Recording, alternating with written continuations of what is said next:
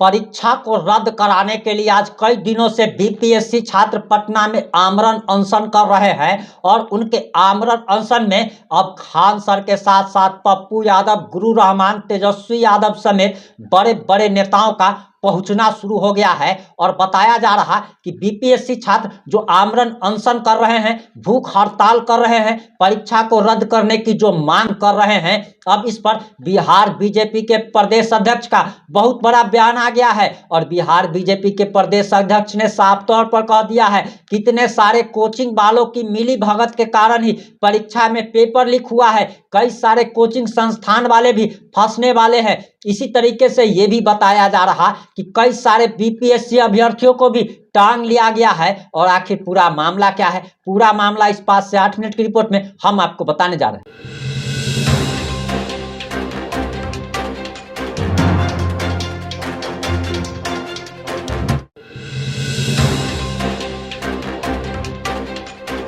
नमस्कार, मैं प्रिंस कुमार सिंह और आप देख रहे हैं पॉजिटिव इंडिया। इस वक्त की सबसे बड़ी खबर पटना से आ रही है और आपको बताते चले कि बीपीएससी परीक्षा को रद्द कराने के लिए लगातार बीपीएससी अभ्यर्थी आंदोलनरत है, आमरण अनशन कर रहे हैं, भूख हड़ताल कर रहे हैं। और उनकी आंदोलन में सहयोग करने पप्पू यादव पहुंचते हैं और वो रात भर धरना स्थल पर भी बैठते हैं। वहीं खान सर भी बीपीएससी छात्रों की हालत बिगड़ने पर उनसे मिलने पहुंचते हैं। तेजस्वी यादव भी अपनी यात्रा को बीच में छोड़कर धरना स्थल पर पहुंचते हैं। लेकिन इसी बीच बिहार बीजेपी के प्रदेश अध्यक्ष का बहुत बड़ा बयान आ गया है और उन्होंने पेपर लीक मामले में कई सारे कोचिंग संस्थानों पर भी सवालिया निशान लगा दिया है और बता दिया है कि इसमें कोचिंग संस्थानों की भी मिली भगत है। और सबसे बड़ी बात कि आखिर बीजेपी प्रदेश अध्यक्ष दिलीप जायसवाल ने क्या बयान दिया है, सबसे पहले आप उनका ये बयान सुनिए, उसके बाद हम आपको आगे की बात बताएंगे।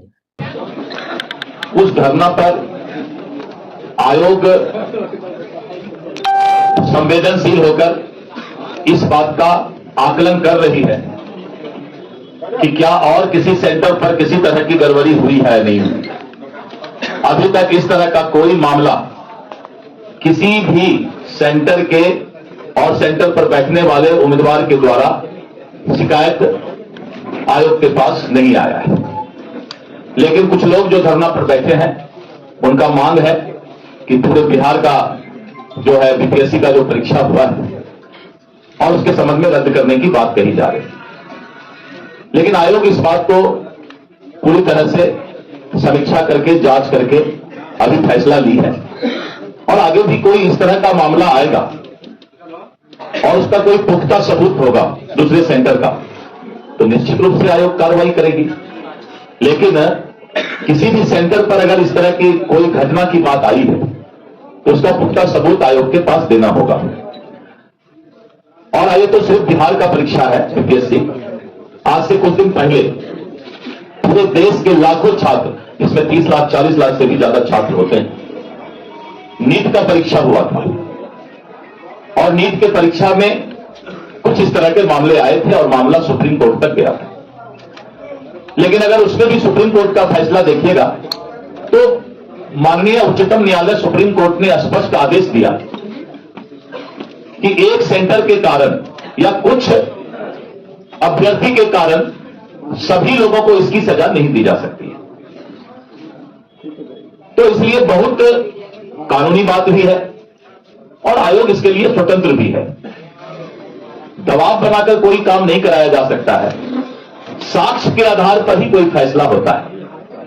और मुझे लगता है कि जो पत्रकार बंधु यहां हैं उनकी भी राय यही होगी कि कोई भी फैसला साक्ष्य के आधार पर किया जाता है।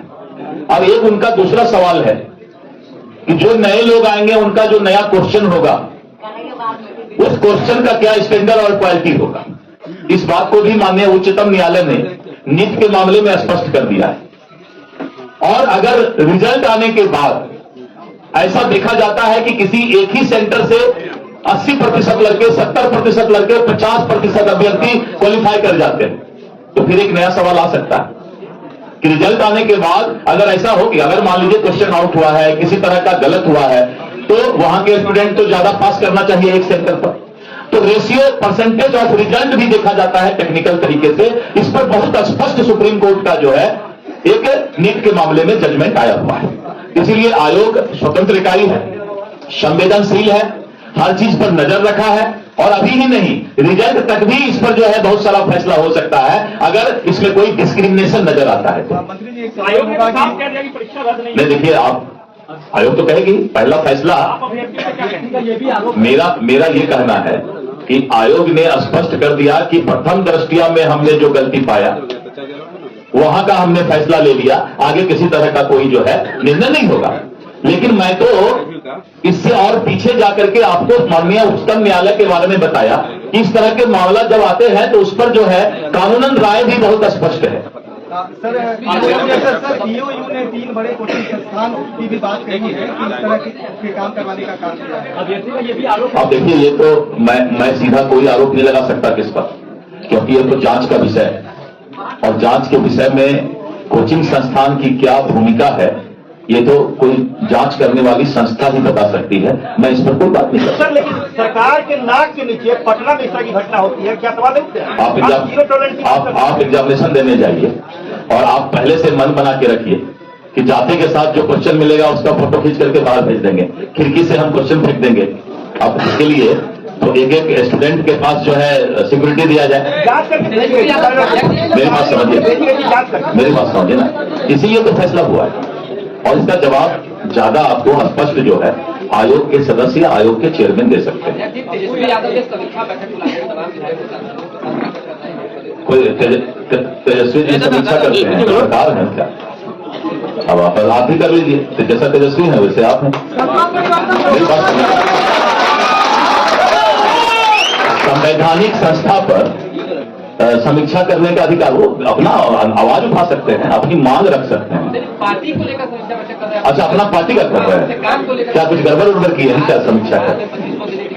नहीं, मैं दूसरा बात बोल रहा हूँ, कोई बाबूजी के घर से तो देना नहीं है किसी को, जो बोलना है बोल दीजिए। वो 2500 बोल दे, आप बोल दीजिए 5000 दे देंगे। क्या नारी का सम्मान, लालू यादव जी के शासन में नारी का क्या सम्मान था? वो ज्यादा मुंह मत खुलवाइए, बहुत सारी बात है। महिला का सम्मान लालू यादव जी का परिवार कहां सीखा है? अगर सम्मान सीखता तो दूसरे घर के भी महिलाओं को, औरतों को सम्मान देना जानता हो। तो खैर चलिए, इस पर ज्यादा बात नहीं करेंगे। जो भी आप छत्तीसगढ़ का बात लीजिए, छत्तीसगढ़ में इसी तरह का धोखा देकर भूपेश बघेल ने कांग्रेस की सरकार बनाई थी कि हम मां बहना को ये दे देंगे, हम किसानों को ये दे देंगे। वहां पर केंदू पत्ता होता है, केंदू पत्ता को ये दे देंगे, आदिवासी भाई को ये दे देंगे, आपको याद होगा। और जब छत्तीसगढ़ में चुनाव विधानसभा का शुरू हुआ तो चारों तरफ यही हो रहा था कि नहीं भाई, ये तो सब कुछ फ्री देंगे, तो सरकार तो इसी का बनेगा। लेकिन जनता को मालूम है कि इस देश में अगर एक आदमी का गारंटी चलता है तो वो है मोदी का गारंटी। मोदी के गारंटी पर ही जनता को विश्वास है। और छत्तीसगढ़ में जब हमने कहा कि 2300 हम धान का देंगे, उसने कहा 2500 देंगे। यानी लगता है बोली लगता है क्या कि 200 बिजली फ्री देंगे, तो कोई बोलते 300 दे देंगे। माई बहन को कोई 2500 बोल दिया कि माई बहना माई को हम देंगे, कोई बोलते 4000 दे देंगे। कोई हमारी महिला बहन, कोई हमारा जो है समाज का लोग अगर विश्वास करता है वादा पर, तो वो मोदी की गारंटी पर विश्वास करता है, क्योंकि उसको मालूम है कि मोदी जो बोलते हैं वही करते हैं। और ये भूपेश बघेल इसका जो है सबसे बड़ा उदाहरण है इस देश में। धन्यवाद जी, बहुत बहुत धन्यवाद आप सभी का।